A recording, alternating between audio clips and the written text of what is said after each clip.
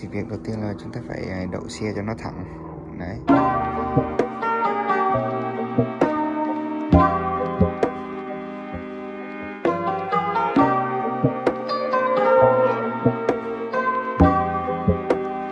Sau mình gỡ ra thì mình wrap nó lại để cho nó không có bị chạm vào mấy cái nguồn điện này. Đây, hai đầu luôn. Thử trong vòng 3 đến 5 phút. Xong rồi chúng ta kiểm tra lại máy để cho điện hoàn toàn cho nó hết. Cái máy coi, cái máy nó còn hoạt động, còn điện trong nó. Nãy giờ mình cũng để khoảng 5 phút rồi. Sẽ có cái clip ở đây thì chúng ta sẽ dùng một cái tua vít mà loại đầu dẹp có sẵn, thấy không? Sẽ có sẵn rồi. Đó, mình chỉ cái đẩy ra thôi. Ok, vậy ok được một cái. Xong một cái ở bên hông tay trái. Thì ở bên ở dưới này nó sẽ có một cái nữa nè, nó có khớp sẵn ở đây.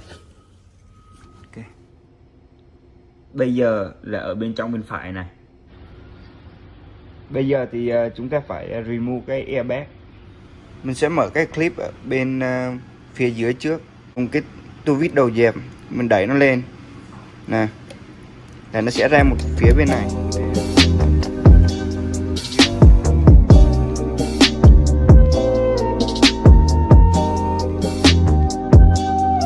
Từ cái lỗ mà mình nhìn lên trên là mình sẽ nhìn thấy cái này, mình đẩy nó vô trong. Nè. Mình cũng từ cái lỗ mình đâm thẳng lên là cái airbag nó sẽ bung ra thôi. Finally vô bậy ra, thấy không?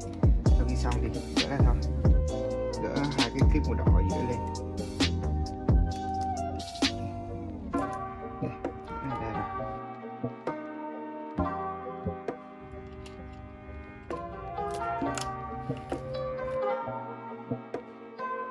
Kéo ra thôi.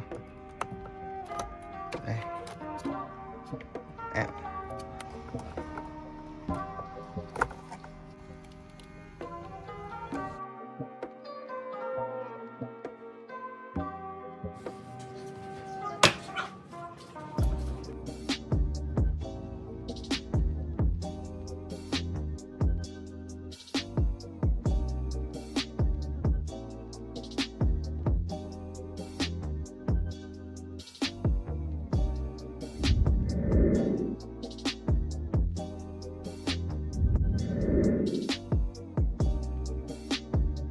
Mình sẽ mở một cái nút này ra với lại cái nắp ở đây để bỏ qua bên kia. Cái nhựa bỏ vô đây, móc từ từ. Ok, đấy, xem tin.